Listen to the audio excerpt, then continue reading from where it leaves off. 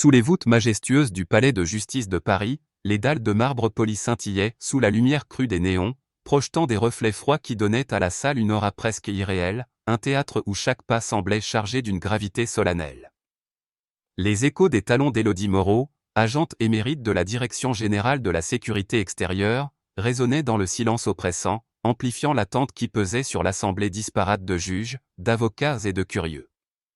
Vêtu d'un tailleur noir impeccablement coupé, sa silhouette élancée se dessinait avec une élégance austère, son menton relevé exprimant une défiance tranquille, non pas celle de l'arrogance, mais celle d'une femme qui connaissait sa valeur, forgée dans les épreuves d'une vie marquée par des combats invisibles. Élodie, née dans une banlieue populaire de Paris, portait en elle l'héritage d'une mère algérienne, Aïcha, infirmière aux horaires éreintants, et les cicatrices d'une société qui, trop souvent, voyait sa peau avant son âme. Elle avait gravi chaque échelon de sa carrière à la force d'une volonté implacable, surmontant des humiliations discrètes, des exclusions subtiles, ses préjugés si profondément enracinés qu'ils passaient inaperçus pour ceux qui n'en ressentaient jamais la brûlure. Aujourd'hui, elle avançait avec l'assurance d'une femme qui savait que ni les regards étroits ni les murmures malveillants ne pouvaient mesurer ou diminuer ce qu'elle était. Pourtant, dans ce lieu où le pouvoir aurait dû être un sanctuaire de justice, le préjugé, brut et démasqué, rôdait encore, vêtu d'un uniforme. Bernard Lefebvre, officier de sécurité posté à l'entrée du palais, se tenait entre Élodie et les portes de la salle d'audience numéro 7, son regard se plissant dès qu'il posa les yeux sur elle. Ce n'était pas de la curiosité, mais une suspicion instinctive, un jugement rendu avant même qu'elle n'ouvre la bouche. Élodie présenta son badge officiel de la DGSE, un insigne qu'elle avait brandi des centaines de fois, dans des villes grandes et petites, face à des salles remplies de doutes. Elle connaissait par cœur ce frisson glacial qui accompagnait les moments où son identité était non seulement mise en question, mais niée, comme si sa simple existence était une provocation. Bernard ricana, un rictus méprisant déformant son visage, comme si ce badge, symbole de son autorité, était une insulte personnelle à son ordre des choses. Sans un mot, sans un instant de vérification, il arracha le badge de ses mains, ses doigts s'emparant de l'objet comme s'il n'avait aucun droit de reposer entre celles d'Élodie. « C'est un faux », grogna-t-il, sa voix assez forte pour traverser la foule rassemblée dans le hall, un mélange d'avocats en robe noire, de journalistes aux carnets ouverts et de badauds attirés par l'agitation. Le bourdonnement des conversations s'éteignit instantanément, remplacé par un silence lourd, presque suffocant. Avant qu'Élodie ne puisse articuler une réponse, la main de Bernard saisit son bras, le tordant dans son dos avec une brutalité qui ne parlait pas de procédure, mais d'un mépris viscéral, d'une volonté de la remettre à ce qu'il considérait comme sa place. Le claquement métallique des menottes, froid et tranchant, résonna dans le hall comme un coup de marteau, plus assourdissant encore que le garvel d'un juge. Sa joue pressée contre la balustrade en bois poli, Élodie sentit, l'espace d'un instant, le monde se rétrécir dans une douleur aiguë, un silence qui semblait vouloir l'engloutir. Personne ne bougea. Personne ne parla.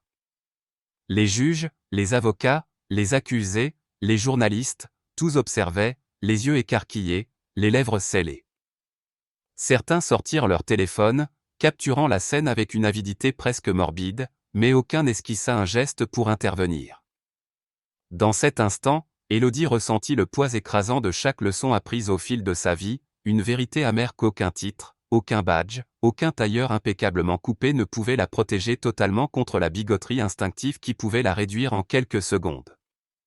À cet instant, pour Bernard, elle n'était plus une agente de la DGSE, plus une professionnelle respectée, elle n'était qu'une femme d'origine nord-africaine, au mauvais endroit, au mauvais moment.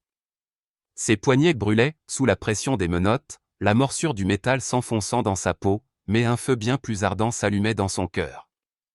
Ce n'était pas de la rage, non, c'était une promesse, une résolution inébranlable que cette humiliation ne serait pas le dernier mot de son histoire. Dans la foule, Claire Dubois, une jeune journaliste aux cheveux blonds attachée en un chignon désordonné, filmait discrètement la scène, ses mains tremblant légèrement, non pas de peur, mais d'une indignation qui lui nouait l'estomac. Claire, qui travaillait pour un petit journal indépendant, savait que ce qu'elle capturait n'était pas un simple incident, mais une vérité brute, un scandale qui devait être porté à la lumière. Elle ajusta son téléphone, s'assurant que chaque détail, le rictus de Bernard, la dignité d'Élodie, le silence complice de la foule, soit gravé dans la mémoire numérique. À quelques pas, Julien Bisset, collègue d'Élodie à la DGSE, observait la scène depuis l'ombre d'un pilier, son visage impassible masquant une tempête intérieure. Julien, un homme discret aux lunettes cerclées d'acier, connaissait Élodie depuis leurs premières émissions ensemble. Il savait qu'elle ne plierait pas, qu'elle ne s'effondrerait pas, mais il sentait aussi le poids de l'injustice qui s'abattait sur elle. Il serra les poings, ses ongles s'enfonçant dans ses paumes, mais il resta immobile, attendant le moment où il pourrait agir sans compromettre la mission qu'Élodie portait dans son sac en cuir brun, soigneusement posé à ses pieds avant que Bernard ne l'entraîne. Ce sac, banal en apparence, contenait une vérité explosive, assez lourde pour écraser non seulement Bernard, mais tout un réseau de corruption qu'il protégeait.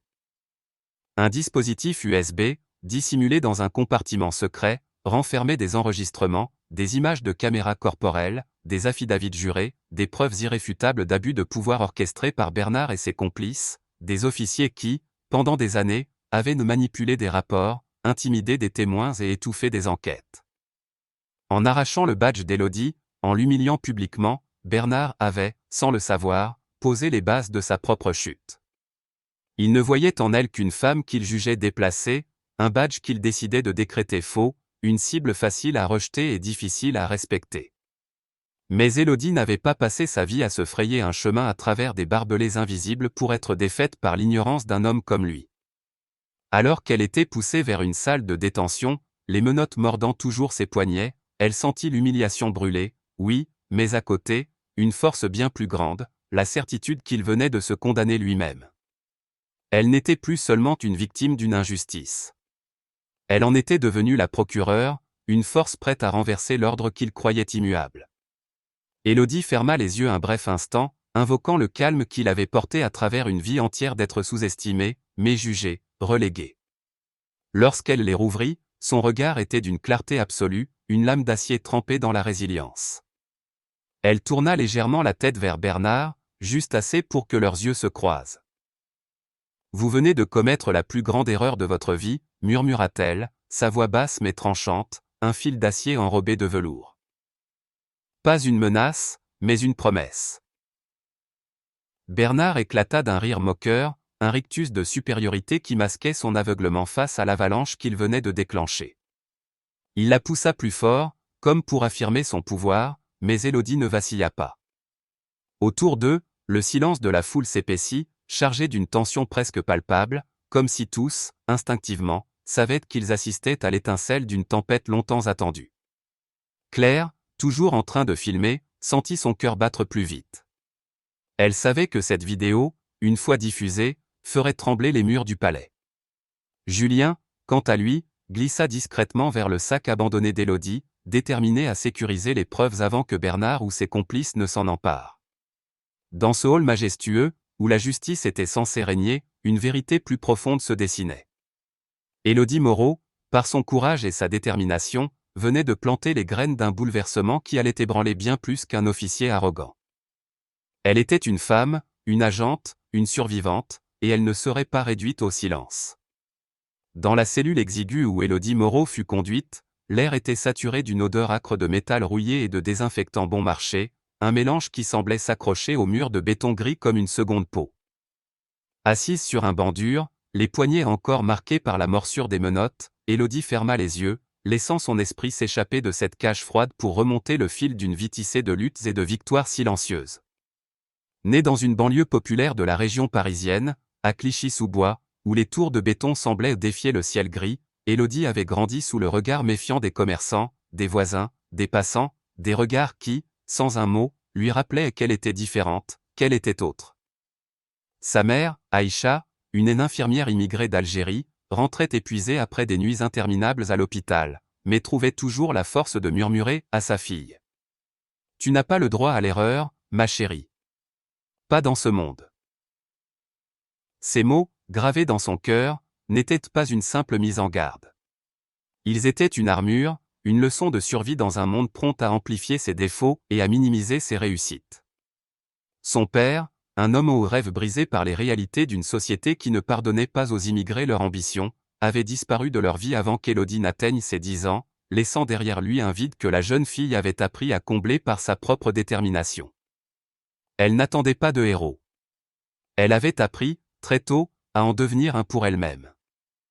À 15 ans, Élodie connaissait déjà un code non écrit, un ensemble de règles invisibles mais implacables, ne pas hausser la voix, même face à l'injustice, ne pas montrer de peur, même lorsque le cœur battait à tout rompre, garder son identité visible à tout moment, comme un bouclier contre les accusations implicites, sourire juste assez pour désamorcer les tensions, mais jamais assez pour inviter une familiarité trompeuse.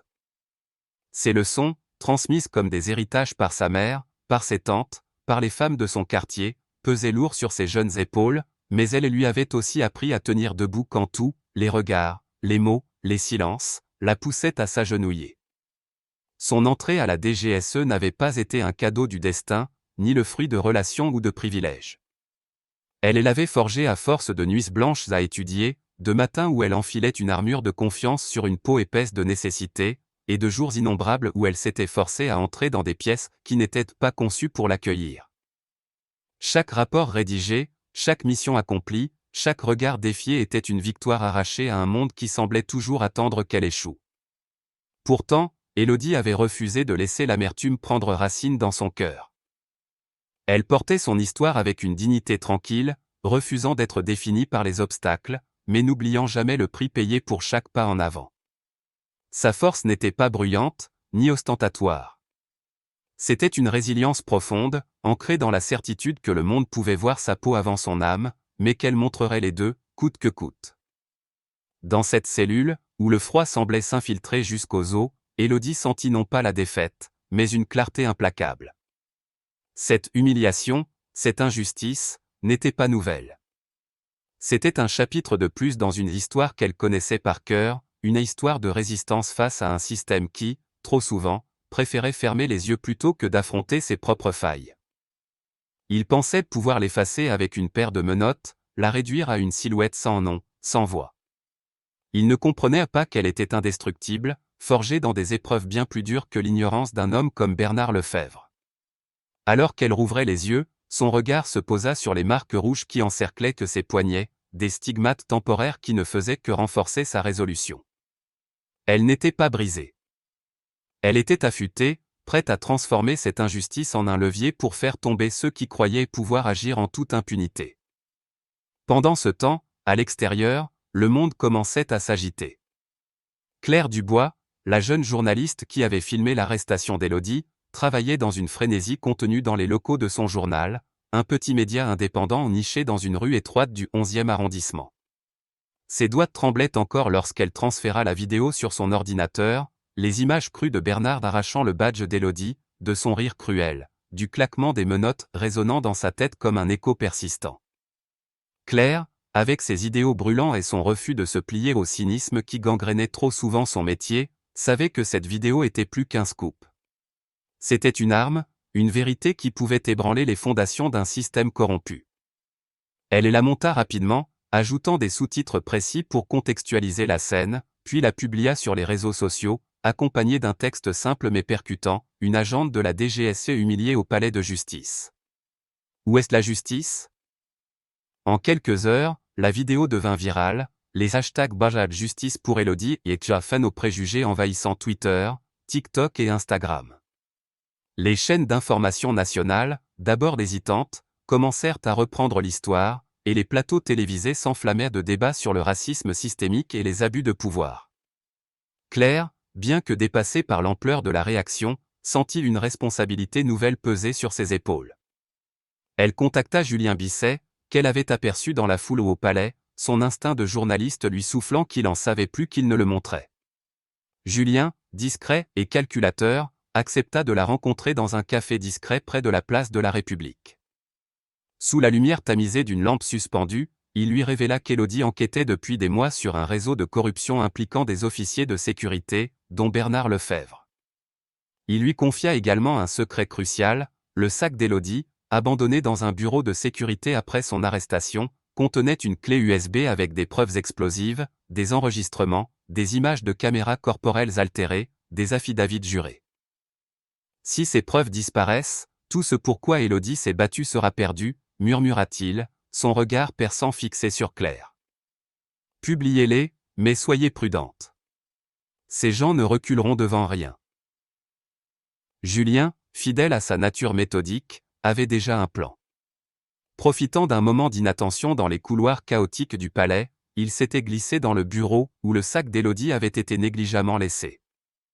Avec une précision d'horloger, il avait fouillé le compartiment secret, récupérant la clé USB avant que Bernard ou ses complices ne puissent te mettre la main dessus.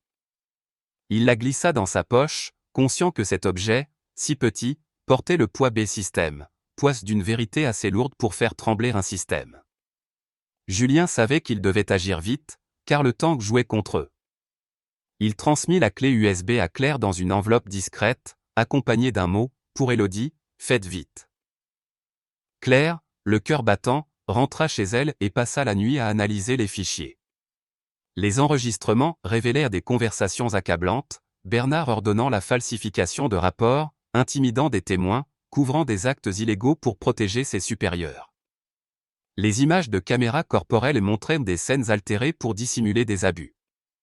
Les affidavits, signés par des officiers subalternes et terrifiés, décrivaient un réseau de corruption s'étendant bien au-delà de Bernard, impliquant des figures influentes du système judiciaire. Claire comprit qu'elle tenait entre ses mains une bombe, mais aussi un danger mortel.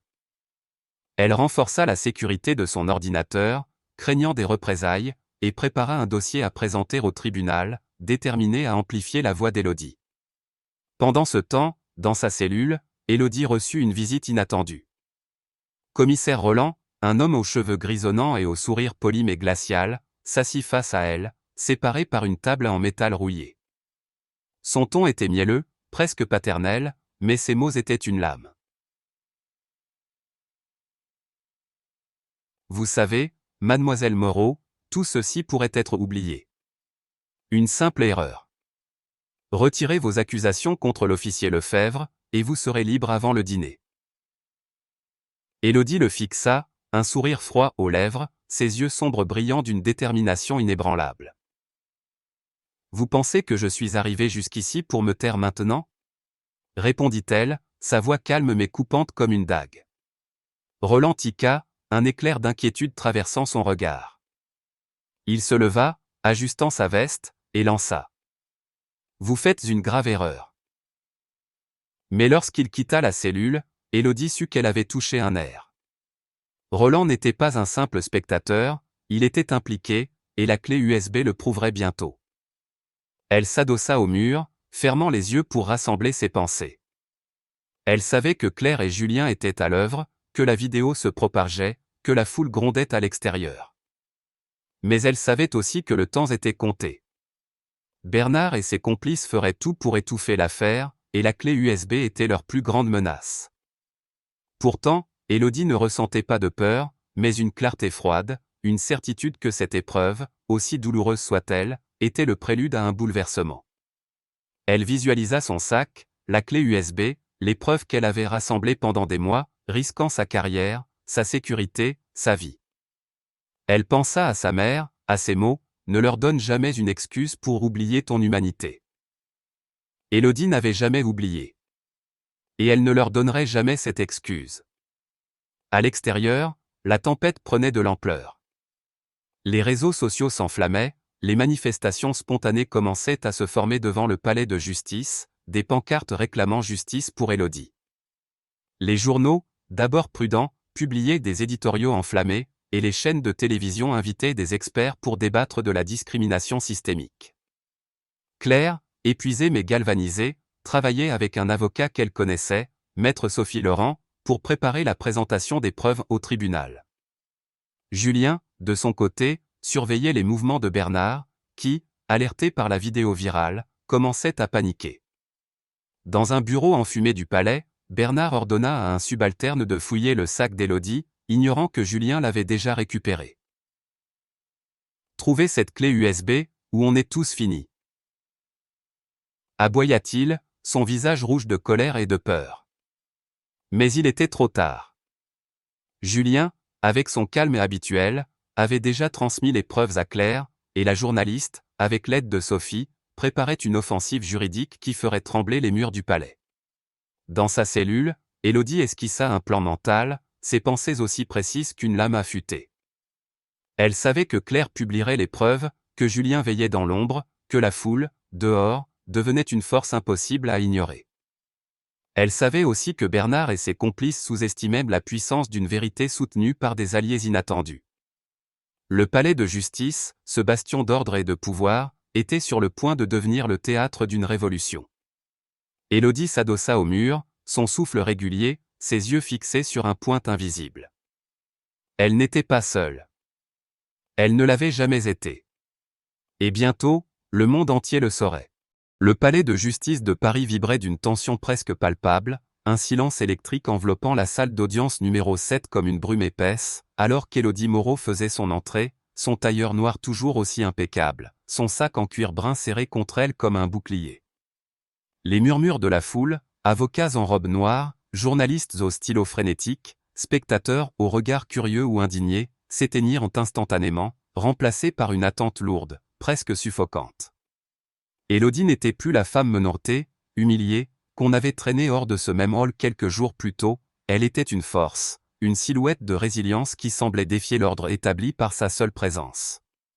Chaque pas qu'elle faisait résonner sur le marbre, un écho de détermination, un rappel que cette salle, ce symbole de justice, allait aujourd'hui être mise à l'épreuve. Claire Dubois, assise au premier rang, serrait son carnet contre sa poitrine, ses yeux brillants d'une détermination farouche. Elle avait passé des nuits blanches à préparer ce moment, à organiser l'épreuve, à coordonner avec maître Sophie Laurent, une avocate connue pour son intégrité et son refus de plier face aux pressions. À l'arrière de la salle, Julien Bisset, discret comme toujours, observait depuis l'ombre, ses lunettes cerclées d'acier reflétant la lumière des néons.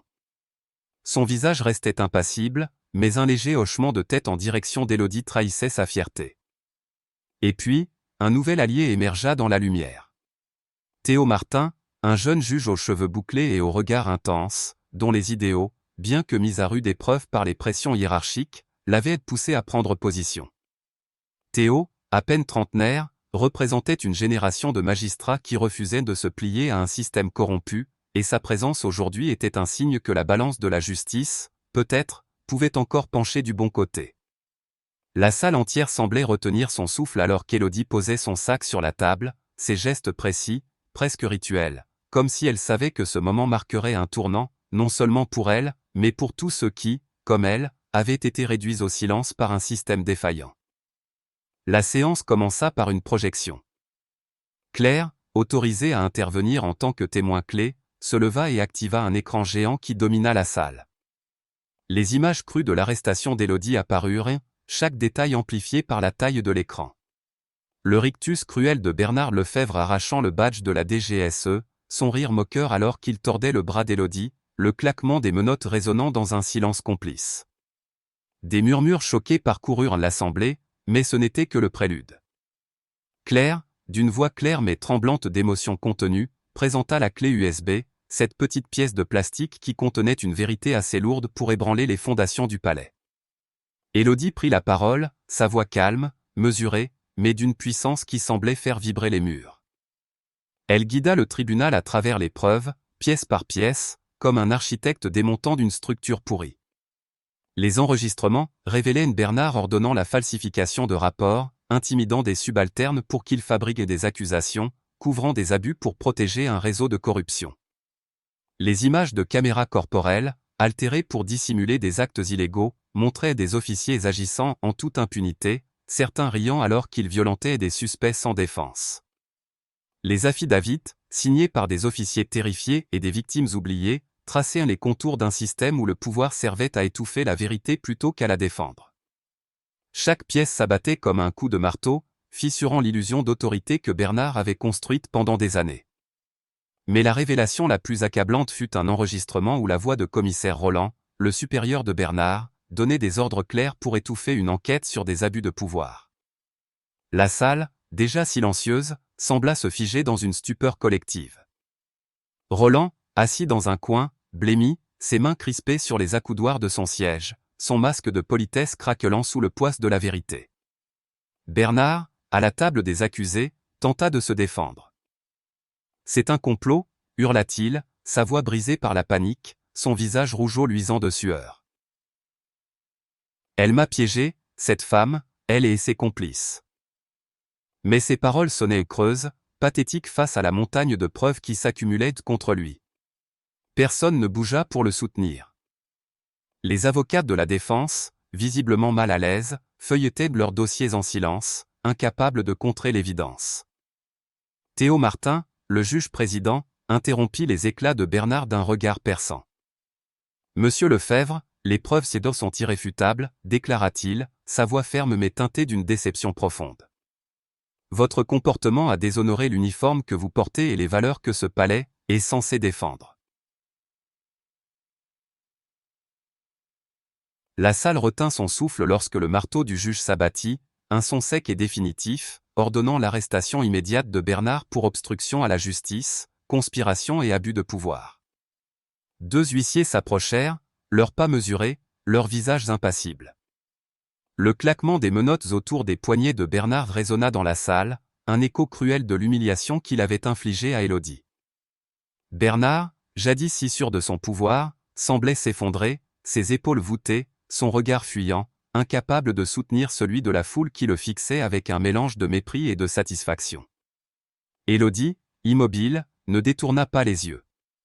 Elle s'approcha de lui, juste assez pour qu'il entende son murmure, une phrase prononcée avec une calme assurance. « Vous ne pensiez pas que j'aurais le dernier mot, n'est-ce pas ?» Bernard tressaillit, un éclair de rage et de regret traversant ses yeux, mais il ne répondit pas. Son règne s'était effondré, non pas dans un éclat de pouvoir, mais dans la force tranquille d'une vérité qu'il avait cru pouvoir étouffer. La salle éclata en murmures alors que Bernard était emmené, menotté, ses pas lourds résonnant dans le couloir. Mais Élodie ne s'attarda pas sur ce moment. Elle se tourna vers le juge, son regard toujours ferme, et poursuivit son témoignage, détaillant comment le réseau de corruption s'étendait bien au-delà de Bernard, impliquant des officiers, des fonctionnaires, et même des figures haut placées comme Roland. Elle parla d'une voix claire, sans théâtralité, laissant les preuves parler d'elles-mêmes. Claire, depuis son siège, notait chaque mot, consciente que son article, qui serait publié le lendemain, amplifierait l'impact de ce procès. Julien, dans l'ombre, esquissa un sourire discret, sachant que leur plan, minutieusement préparé, avait fonctionné. Théo Martin, quant à lui, écoutait avec une attention presque religieuse, prenant des notes, posant des questions précises, déterminé à ne pas laisser cette affaire être étouffée comme tant d'autres avant elle. Lorsque la séance se termina, le marteau du juge frappa une dernière fois, marquant non seulement la fin de l'audience, mais le début d'un changement. Les journalistes se précipitèrent hors de la salle, téléphones à la main, prêts à diffuser la nouvelle. Les réseaux sociaux, déjà en ébullition, explosèrent avec des images du procès, des extraits de la vidéo, des citations d'Élodie. Les hashtags #justice pour Élodie et 4 vérités au palais dominaient les tendances, et les manifestations devant le palais prirent de l'ampleur, des pancartes réclamant des réformes, une justice équitable, une fin aux abus. Quelques mois plus tard, Élodie se tenait sur les marches du palais, entourée d'une foule de journalistes, de caméras, d'officiels qui lui serraient la main avec des sourires forcés. Elle restait impassible, son regard fixé sur l'horizon, là où la Seine coulait doucement sous un ciel gris parisien. Avec Claire, Julien et Théo, elle avait rouvert des dossiers oubliés, des cas de victimes réduites au silence, de lanceurs d'alerte intimidés, d'abus dissimulés sous des tapis bureaucratiques. L'un de ces dossiers, découvert dans les archives poussiéreuses, racontait l'histoire d'un jeune officier, Adrien, qui, 5 ans plus tôt, avait tenté d'exposer des abus similaires et avait été retrouvé mort, sa mort classée comme un suicide malgré des indices troublants suggérant un meurtre. Ce dossier, plus que tout, renforça la détermination d'Élodie. Bernard n'était qu'un symptôme, la maladie était plus profonde, plus insidieuse, et elle exigeait un combat de longue haleine. Avec l'aide de Sophie Laurent, Élodie et son équipe poussèrent pour des enquêtes plus larges, mettant en lumière un réseau de corruption qui s'étendait jusqu'aux plus hautes sphères du système judiciaire. Élodie devint une figure d'inspiration, non pas parce qu'elle cherchait la gloire, mais parce qu'elle refusait de plier. Elle accepta un nouveau rôle à la DGSE, formant de jeunes agents, leur enseignant que la force ne se mesurait pas aux batailles visibles, mais à celles menées dans l'ombre, dans les silences, dans les moments où personne ne regardait. Elle leur parlait de vigilance, d'intégrité, de la nécessité de tenir bon face aux pressions. Mais même dans ce nouveau rôle, Elle faisait face à des regards qui questionnaient son autorité avant qu'elle ne parle, des murmures équivoyaient sa peau avant son service. Elle les supportait avec la même dignité tranquille qu'il avait toujours portée, une armure forgée dans les épreuves d'une vie entière. Une nuit, seule dans son petit appartement du 20e arrondissement, Élodie s'assit près de la fenêtre, regardant les lumières de Paris scintiller sous un ciel étoilé. Elle repensait au palais, au claquement des menottes, au poids de l'humiliation, et à la manière dont elle était restée debout, inébranlable, lorsque tout l'incitait à tomber. Elle n'avait pas cherché à devenir un symbole, mais en refusant d'être effacée, elle était devenue une preuve vivante, une voix, soutenue par le courage et la vérité, pouvait fissurer les fondations d'une injustice séculaire. Elle posa son regard sur une médaille posée sur la table, un honneur décerné par ses supérieurs, mais ce n'était pas ce qui la faisait avancer. C'était le souvenir des leçons de sa mère, des cicatrices invisibles, des combats qu'elle avait menés seule. La lutte était loin d'être terminée. La corruption ne disparaissait pas avec une seule condamnation, elle s'adaptait, elle attendait. Mais Élodie, elle, ne s'arrêterait jamais. Elle ferma les yeux, prit une profonde inspiration, et murmura pour elle-même, pour toutes celles qui n'ont pas eu de voix. Puis elle se leva, prête à affronter le jour suivant, car la justice, la vraie, n'était pas un moment, mais un engagement de chaque instant. L'histoire d'Élodie Moreau, une agente de la DGSE confrontée à l'injustice et à la discrimination au cœur même du palais de justice de Paris, est bien plus qu'un simple récit, elle est un miroir tendu à notre société, un appel à l'introspection et à l'action. En tant que Français, nous sommes fiers de nos valeurs républicaines, liberté, égalité, fraternité, mais l'histoire d'Élodie nous rappelle que ces idéaux, bien qu'inscrits dans la pierre de nos institutions, ne sont pas toujours respectés dans la réalité quotidienne. Ce récit, empreint de courage et de résilience, résonne profondément avec la culture française, où l'on valorise l'intégrité, la dignité et la lutte pour la justice, même face à des obstacles écrasants. À travers les épreuves d'Élodie, nous pouvons tirer des leçons universelles qui s'appliquent à nos vies, que ce soit dans nos interactions quotidiennes, nos combats personnels ou notre engagement pour une société plus équitable. Le premier enseignement que nous offre cette histoire est celui de la résilience face à l'adversité. Élodie, confrontée à l'humiliation publique et à la négation de son identité par Bernard Lefebvre, ne cède ni à la colère ni au désespoir. Au lieu de cela, elle puise dans une force intérieure, forgée par des années de lutte contre les préjugés, pour transformer cette injustice en une opportunité de changement. Cette résilience est une qualité profondément ancrée dans la culture française, où l'on admire ceux qui, comme Jeanne d'Arc ou les résistants de la Seconde Guerre mondiale, ont tenu bon face à l'oppression. Dans nos vies, nous faisons tous face à des moments où nous sommes jugés, sous-estimés ou exclus. L'histoire d'Élodie nous enseigne qu'il ne s'agit pas de nier la douleur de ces expériences, mais de les utiliser comme un carburant pour avancer, pour affirmer notre valeur et pour refuser de nous laisser définir par le regard des autres. Un autre enseignement crucial est l'importance de la vérité comme arme contre l'injustice. Élodie ne se contente pas de protester contre son traitement, elle agit avec une précision méthodique, utilisant des preuves irréfutables pour exposer la corruption et les abus de pouvoir. Ce choix reflète une valeur française essentielle, la rationalité et la recherche de la vérité, héritée des Lumières et incarnée par des penseurs comme Voltaire ou Rousseau. Dans un monde où les fausses informations et les manipulations sont omniprésentes, l'histoire d'Élodie nous rappelle que la vérité, lorsqu'elle est soutenue par des faits et est présentée avec courage, peut ébranler même les systèmes les plus enracinés. Appliqué à nos vies, cela nous invite à être rigoureux dans nos jugements, à ne pas céder aux rumeurs ou aux préjugés, et à défendre ce qui est juste, même lorsque cela demande du temps et des efforts. L'histoire met également en lumière le pouvoir de la solidarité. Sans Claire Dubois, la journaliste qui filme et diffuse l'incident, sans Julien Bisset, qui protège les preuves, et sans Théo Martin, le juge qui choisit de soutenir Élodie, son combat aurait pu être étouffé. Cette collaboration illustre une autre facette de la culture française, la fraternité, ce lien qui unit les individus dans une cause commune. En France, les mouvements sociaux, des gilets jaunes aux manifestations pour l'égalité, montrent que le changement naît souvent de l'union des voix, même celles qui semblent petites au départ. Pour nous, cela signifie que nous ne devons pas hésiter à tendre la main, à soutenir ceux qui luttent, ou à amplifier les voix marginalisées. Un simple geste, partager une histoire, écouter un témoignage, ou défendre un collègue, peut avoir un impact bien plus grand que nous ne l'imaginons. Enfin, l'histoire d'Élodie nous enseigne que la justice est un combat de longue haleine, qui exige de la patience et de l'endurance. Même après la condamnation de Bernard, Élodie continue son travail, rouvrant des dossiers oubliés et formant de jeunes agents. Ce n'est pas une victoire spectaculaire, mais un engagement quotidien, souvent invisible.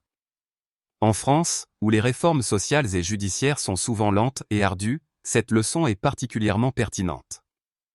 Elle nous rappelle que le changement véritable ne vient pas des grands discours ou des moments de gloire, mais des efforts constants, des petites victoires accumulées dans l'ombre. Dans nos vies, cela nous pousse à persévérer, que ce soit dans nos études, nos carrières ou nos combats pour des causes qui nous tiennent à cœur, même lorsque les résultats ne sont pas immédiats. En conclusion, l'histoire d'Élodie Moreau est un appel à l'action pour chacun de nous. Elle nous demande de réfléchir, serions-nous prêts à nous lever face à l'injustice, même si cela signifie être seul, même si cela implique des sacrifices. Elle nous invite à cultiver notre propre résilience, à chercher la vérité, à bâtir des ponts de solidarité et à persévérer dans nos combats. Dans un monde où les préjugés et les abus de pouvoir persistent, chaque geste compte. Alors, si cette histoire vous a touché, si elle vous a inspiré, agissez dès maintenant.